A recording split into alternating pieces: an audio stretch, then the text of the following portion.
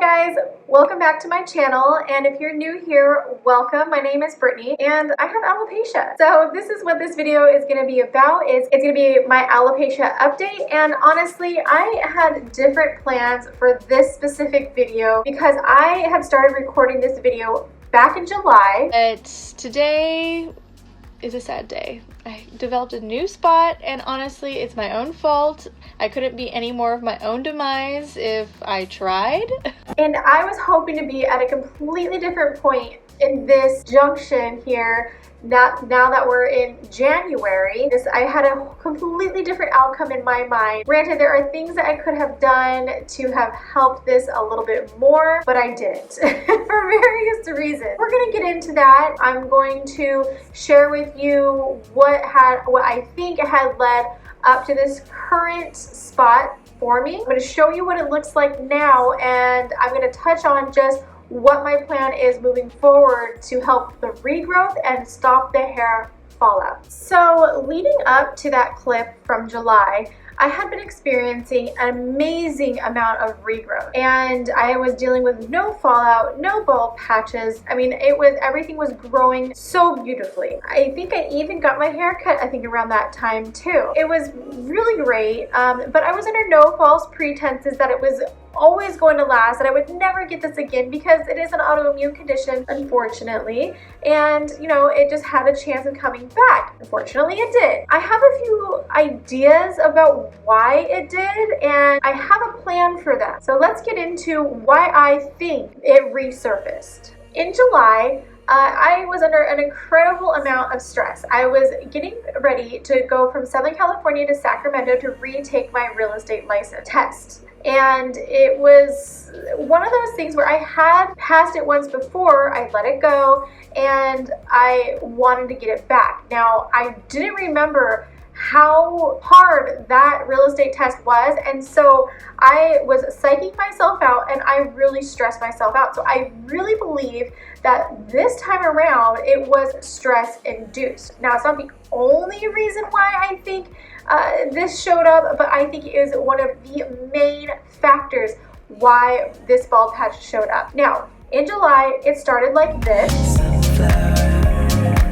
and then it quickly started growing into this, and I will show you in a minute what it looks like today. Now, with that stress, there's another underlying issue that I believe is part of the cause of why I've been experiencing this. Now, I need to preface this with saying that I have Hashimoto's thyroiditis. Now, I have had that since I was 14 years old, and never have I experienced the symptoms that I had experienced 2 weeks into turning 30, which was about 5.5 years ago. Now, I have always been able to eat any bread, any dairy products, anything like that. Well, about 5.5 years ago, when I started experiencing all the Hashimoto symptoms, is when I started experiencing my alopecia symptoms.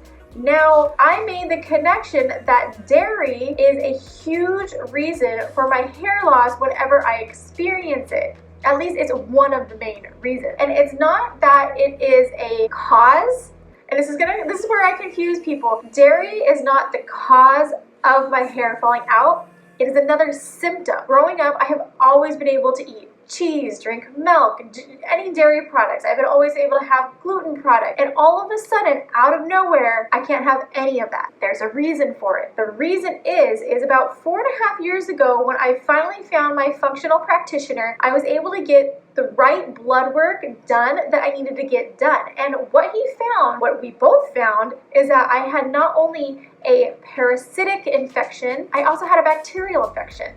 And so with those two things, I think that has been the catalyst that jump-started all of the symptoms that I have been experiencing with my autoimmune condition. The thing with an autoimmune condition is it can be dormant. You can make it go dormant. You can't get rid of it. It's an autoimmune condition. You will have it for life, but you can put it into remission. It can go dormant unless there is something that turns it on. It's like flicking on that switch, that light switch, and that was it for me. The thing is, there are, at least statistically in America, there are about 60 million people walking around with parasitic infections, and I would even reckon there's probably more than that. That just goes to show you that there are a great number of people that have all of these different symptoms, you know, all these autoimmune conditions that possibly do have a parasitic infection that is turning it on. Now, there are some studies that I have come across that supports this claim, and I think I'm going to talk about that in a separate video because I believe that is an entirely different topic in itself that can take an entire video. With that being said, I had my blood work done once again in September of last year, and those bacterial parasitic markers were drastically down into the green zone, where it's basically you want it from 0 to green zone and you're okay in that green zone. However, my blood work came in at the upper end of that green zone, which makes me believe that I still have a dormant parasitic infection. Now, I've done a lot of work leading up to this point to get my markers to where they're at right now. So what I believe happened back in July is I had this dormant infection and I had high stress. What I think allowed that to happen is my stress allowed my immune system to lower, which allowed this dormant infection to take hold once again, and it was like the perfect storm that I had created for myself that just allowed this thing to turn back on. That is what I believe has happened and what has been my problem this go around. There are things that I have done leading up to this point where I feel like it has really drastically slowed or stopped the progression of it. I mean, it got pretty bad there for a while, but there's things that I have done that I really honed in on that I think helped slow that progression down quite a bit. Basically, what I have been doing is I've been doing damage control to make sure that not only does it stop spreading, but I don't develop new spots. Now, unfortunately with that, it is a more reactive approach rather than a proactive approach. And I no longer want to be reactive to my alopecia. I want to be proactive so that I can make sure that I handle and mitigate all of these issues that are coming up before it turns into what it's turning into, which is hair loss. So what I've really done is really focus on keeping my vitamin D levels up, taking my trisomal glutathione, my vitamin C, and really focusing on my thyroid supplements, because unfortunately when you have Hashimoto's thyroiditis, hair loss is already one of those symptoms. It's just having alopecia is a secondary symptom to that. And so that is what I've really been focusing on. I mean, there's a couple things I've been lacking on.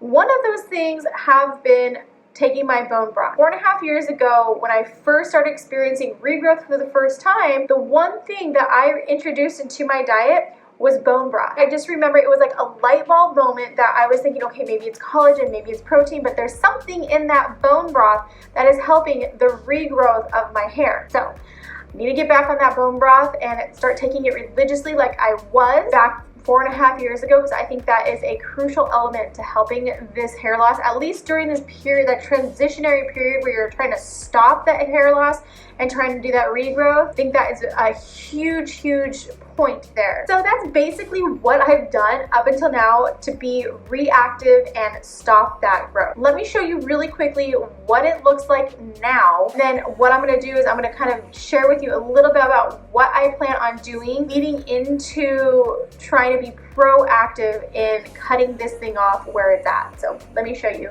really quickly.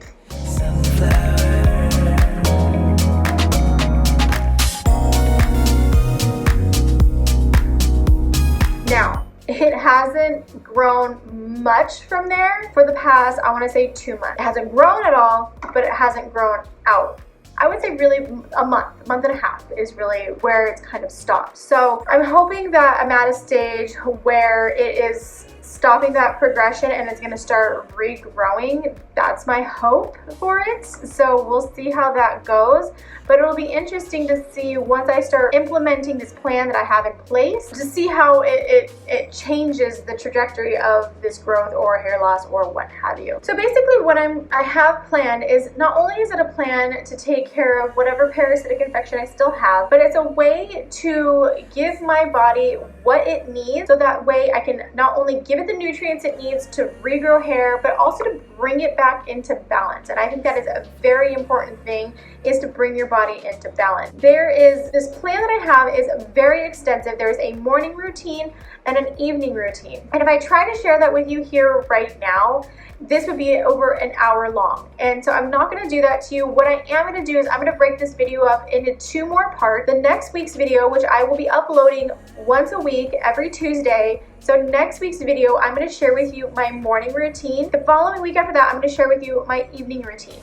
And the reason why I'm breaking both up is because they are both drastically different with what I'm doing, what supplements I'm taking, the diets, the exercise, all of that, the lifestyle. It's completely different. Next week's gonna be morning / afternoon, what I'm planning on doing to be proactive and regrowing my hair and knocking this parasitic infection out and bringing my body back into a balanced state so that I can stop experiencing all of this hair loss. And yeah, so stay tuned for that. Please subscribe if you want to see more videos from me, and like this video because it really helps to support my channel, and hit that bell for notifications for when I do upload Tuesday's video, so that way you can be notified when I do upload this next week's video. Is my hope that somewhere along the line of these videos, you are going to find just a small sliver of something that can help you. Not every plan is made for everybody. This plan is something that I have created specifically for me, but maybe you can try to implement some of these things to see if they will help you as well. But that's all I got for you guys today. Stay tuned for next week's video, and I appreciate you guys so much. Thank you for watching this video, and I'll see you next week. Peace.